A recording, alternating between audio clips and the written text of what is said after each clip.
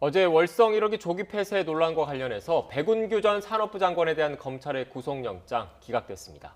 그리고 잠시 뒤에는 이른바 환경부 블랙리스트 사건과 관련해서 김문경 전 환경부 장관 등에 대한 법원의 첫 번째 판단도 내려질 전망입니다. 법의 심판대에선 현 정부 장관의 운명 어떻게 될까요?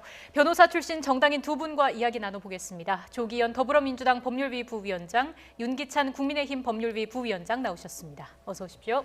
네, 안녕하세요. 안녕하세요. 먼저 어제 백운규 전 장관의 구속영장 기각과 관련된 얘기를 좀 해볼게요. 법원의 판단 결국 혐의 소명이 부족하다 이거라고 봐야 되겠습니까? 예, 그렇습니다. 그 법원의 그 결정 사유에 분명히 명시적으로 밝히고 있는데요. 검찰의 범죄에 대한 소명이 부족하다는 겁니다. 이 부분은 당초부터 꾸준히 민주당에서 문제 제기했었고 여러 분의 비판이 있었는데 이 정부의 공약 사항이기 때문에 비판할 수 없다 이런 건 아닙니다. 그런데 정책적 판단이고 이 사실 여부에 대한 확인이 분명한데도 불구하고 이거를 수사 대상으로 삼을 수 있느냐의 문제가 있었고, 두 번째 수사 과정과 절차, 감사 절차에서 여러 가지 무리한 상황들이 계속되고 있었거든요. 압수수색의 정도라든가 또 감찰에서의 강압 감사의 의혹이라든가 여러 가지 문제가 있었고, 그때마다 이게 정치적 목적의 수사고 감사가 아니냐는 문제제기가 있었고, 그것을 확인한 결정이었다 이렇게 보고 있습니다. 어떻게 보셨습니까? 이거는 이제 경제성 평가를 좀 조작했다는 혐의에 대한 첫 재판, 첫 구속영장 청구거든요. 기존 거는 이제 파일을 위법하게 지었다는 부분인데 이것이 죄가 안 된다는 의미는 아니에요. 무슨 말이냐면 보통 저희가 영장 기각할 때 소명이 안 됐다는 부분을 기각되는 경우는 많고, 간혹 가다가 이게 구속 요건에 해당하지 않을 때는 범죄 성립 여부에 다툼이 있다 이렇게 따지거든요. 그래서 이 경제성 평가를 조작한 부분, 이 범죄 사실이 밝혀진다면 이것이 구속 요건에 해당하지 않는다는 의미는 아니고 죄는 되는데, 백운규 장관이 거기에 관여했다는 부분이 아직까지 소명이 덜 됐다는 부분이고, 그것이 다른 편을 보면 다툼의 여지가 있다, 범죄 혐의에 대해서 이렇게 표현이 된 것으로 알고 있습니다. 네.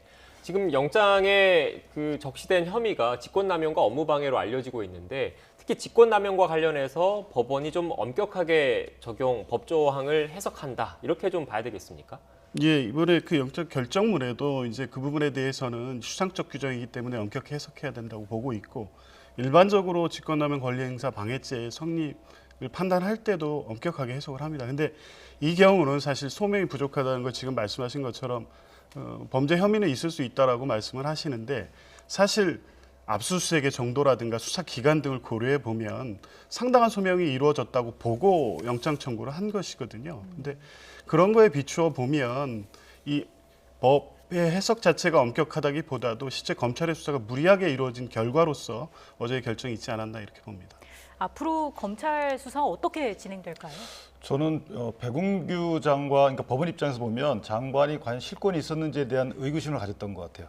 그러니까 인과관계가 있었는지, 직권남용에 해당하는 행위가 있었는지 여부도 문제지만, 이 백운규 장관의 말에 따라서 과연 이것이 경제성 조작이 되고 운영이 중단된 것인지에 대한 의구심이 깔려 있었던 것 같아요. 그래서 이 부분이 아마 범죄 성립 여부와 별도로 청와대 기존의 최희봉 산업정책비서관 등에게 대한 수사는 불가피할 것으로 보입니다.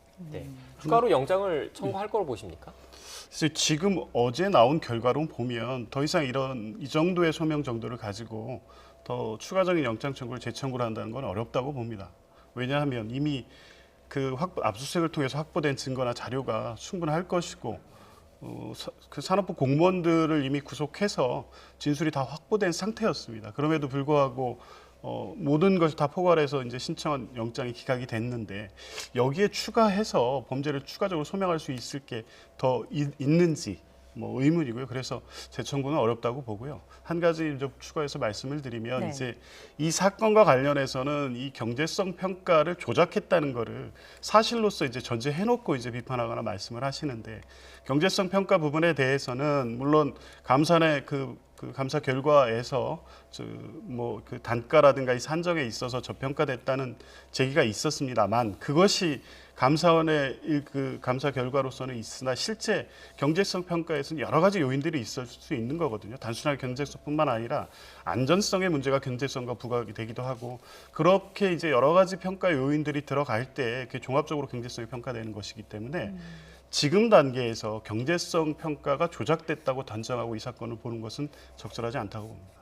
근데 이제 그게 경제성 평가라는 것이 애당초에 회계법인이 생각했던 부분은 약 한 3천억 정도, 2,700억 정도에서 다시 1,000억 단위, 그다음에 이제 또 200억 단위로 떨어지니까 이게 누가 보더라도 객관적 특별한 주변 상황이 바뀌지 않았는데 이렇게 평가가 달라질 수 있을 것인가?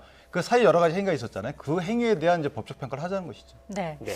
자, 이런 가운데 지금 환경부 블랙리스트 관련해서 김은경 전 환경부 장관 그리고 신미숙 전 청와대 비서관의 1심 선고가 곧 나올 것으로 보입니다. 나오는 대로 저희가 속보로 전해드리고요. 일단 조금 오래된 사건이라서 좀 정리를 할 필요가 있을 것 같습니다. 주요 혐의를 먼저 정리해 주신다면요. 그러니까 환경부 산하에 여러 가지 공공기관이 있습니다. 그 공공기관의 임직원들이 한 660명 정도 되는데 330개 정도 기관에 이 중에 이제 일부 임직원에 대해서 사표 수리를 종용했다는 부분이죠. 그래서 사표 수리를 받고 거기에 청와대가 추천하는 인사를 채용되게끔 임원 추천위원회에 압력을 가하든가 여러 가지 방법으로 해서 부정 채용되게끔 했다라는 이제 크게 보면 이 행위에 환경부 장관과 청와대 비서관이 개입됐다 이런 취지의 공소 사실입니다. 네. 공교롭게도 앞서 백운규 전 장관 같은 경우에 구속영장에도 그 직권남용과 업무방해 혐의가 좀 적용이 됐었는데 직권남용과 관련해서 좀 엄격하게 해석을 했지 않습니까? 대전지법 같은 경우에는. 그런데 오늘 이 이른바 환경부 블랙리스트 관련해서도 김 전 장관에게도 직권남용 혐의가 적용이 됐거든요. 판단을 어떻게 내릴 것으로 보십니까? 그래서 일단은 뭐 결과를 지켜봐야 되겠습니다만 일단 저희가 보는 거는 과거에 1년 전에 그 구속영장이 청구됐을 때 그 영장이 기각되는 그 결정 사유가 있습니다. 죄송합니다. 이례적으로 그 당시 영장전담 판사께서 아주 구체적으로 기각의 사유를 설시한 바가 있는데요. 그 내용을 보면 이 집권 초기였습니다. 그래서 인사와 관련해서 전 정부의 여러 가지 국정농단이라든가 인사 전행 관련해서 그것을 바로잡는 과정에서 인사 수에 대한 파괴 문제가 있을 수 있었다는 점을 봤고 그 부분이 다툼의 여지가 있었다고 봤고요. 두 번째 업무 방해 관련해서도 임원 추천이라는 규정이라는 게 통상적으로 이제 규정을 위반했는지에 대한 뭐 판단 그리고 거기에서 업무 방해가 있었는지에 대한 판단이 물론 있겠습니다만 그 당시 판단에 있어서도 임원 추천의 협의 과정에서의 통상적으로 가능한 협의 정도로 볼 수 있는 여지도 있다 이런 판단이 있었습니다. 아마 뭐 그때 영장 그 실질 심사 단계에서의 판단이 그대로 적용된다고 볼 수는 없겠지만 적어도 이런 부분까지 고려되면 뭐 반드시 뭐 유죄가 나온다거나 이렇게 보기는 어려운데 일단 결과를 지켜봐야 될 것 같습니다. 네, 잠시 뒤에 곧 주문이 나올 것 같은데 내용이 나오는 대로 일단 좀 전해드려야 할 것 같고요. 핵심 쟁점은 그것이었지 않습니까? 결국 정권이 바뀌었는데 이 현 정부의 국정 철학과 맞지 않는 사람을 바꾸는 게 과연 직권 남용이냐, 국정 철학에 맞는 사람을 일하도록 하는 게 더 공익에 부합하는 것 아니냐, 이게 핵심 쟁점이었던 것 같습니다. 어떻게 보셨습니까? 근데 이제 국정 철학과 맞는 분인지 여부에 대한 평가를 왜 그 청와대만 할 수 있는지 또는 환경부 장관만 할 수 있는지 기본적으로 기준 자체가 애매모호하잖아요. 그러니까 절차에 따라서 임기가 있는 신분 보장이 되는 임원들인데 이 부분을 사표를 내라라고 적용하는 것 자체는 직권남용이라는 거죠. 이것은 대법원 전환합의체 바뀐 기준에 의하더라도 이건 명백하고요. 그다음에 채용 과정에 개입한 부분은 이제 우리가 업무방해로 의율하는데 그게 위력을 행사하든 당연직 임원 추천위원에게 그다음에 나머지 위계에 의하든 이 부분도 사실은 명백합니다. 이것이 위력을 행사받은 당연직 임원이 사실은 이제 피해자로서 간접정보에 해당하는지 여부 변론으로 하더라도 환경부 장관 내지 신미숙 비서관의 경우에는 업무방해죄를 피하기는 어렵다고 보여지고요. 예. 다만 신미숙 비서관의 경우에는 이제 사표 받는 행위에 자기는 가담하지 않았다라고 주장해오기 때문에 여기에 대한 법원의 평가 좀 궁금할 뿐입니다. 네, 잠시만요. 지금 조금 전에 주문이 좀 나왔습니다. 환경부 블랙리스트 의혹으로 재판에 넘겨졌죠. 김은경 전 환경부 장관이 1심에서 징역 2년 6개월의 실형을 선고받았습니다. 서울중앙지방법원은 직권남용 권리행사 방해 등의 혐의로 재판에 넘겨진 김 전 장관에게 징역 2년 6개월을 선고했습니다. 또 함께 기소된 신미숙 전 청와대 균형비서관에게는 징역 1년 6개월에 집행유예 3년을 선고했습니다. 네, 재판부는 김 전 장관이 청와대와 협의해서 원하는 사람을 임명하려 사표 제출을 요구하고 거부하는 임원들에게는 표적 감사를 시행해 사표를 제출받았다고 판단했습니다. 또 신 전 비서관과 공모해서 공석이거나 공석이 될 자리에 내정자를 정하고 지원하도록 해 최종 후보자에 들게 했다고 설명했습니다. 특히 그 과정에서 청와대 추천 인사가 탈락하자 정상적인 심사 과정을 거친 맞은 합격자들을 불합격 처리하는 등 공공성과 객관성을 해쳤고 이로 인한 선량한 피해자가 130여 명에 이른다고 덧붙였습니다. 네, 정리를 좀 다시 하면 김은경 전 장관 같은 경우에 징역 2년 6개월에 실형을 선고받았고 신미숙 전 청와대 비서관 같은 경우에는 징역 1년 6개월에 집행유예 3년을 선고받았다라는 내용이 들어왔습니다. 어떻게 보셨습니까?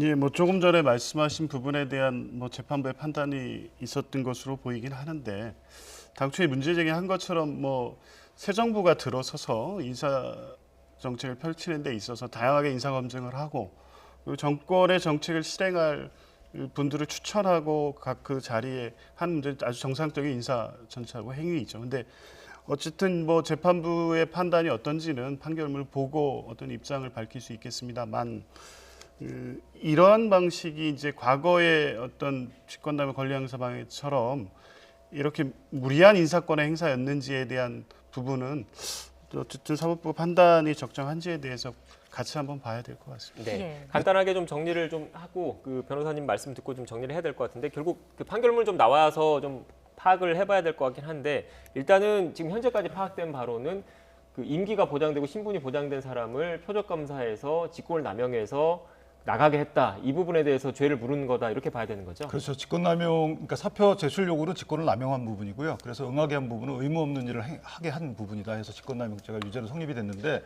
문제는 신미숙 비서관의 경우는 제가 볼 때는 직권남용죄는 무죄로 나온 것 같아요. 그러니까 누군가를 넣기 위해서 사표를 제출받았는데 사표를 제출받은 그 부분에 대해서 관여하지 않았다라고 해서 아마 무죄가 나온 걸로 보이고 장관의 경우에는 이제 두 개 다 유죄가 나와서 형이 이렇게 차이가 나는 것으로 그렇게 네. 예상됩니다. 일단 조금 전에 속보로 들어왔기 때문에 저희가 판결문을 구하는 대로 다시 한번 그 이어지는 뉴스에 좀 전해드려야 할 것 같은데 다시 한번 정리를 해드리면 김은경 전 장관은 징역 2년 6개월의 실형을 받았고 신미숙 전 청와대 비서관은 징역 1년 6개월에 집행유예 3년을 선고받았다는 소식이 들어왔습니다.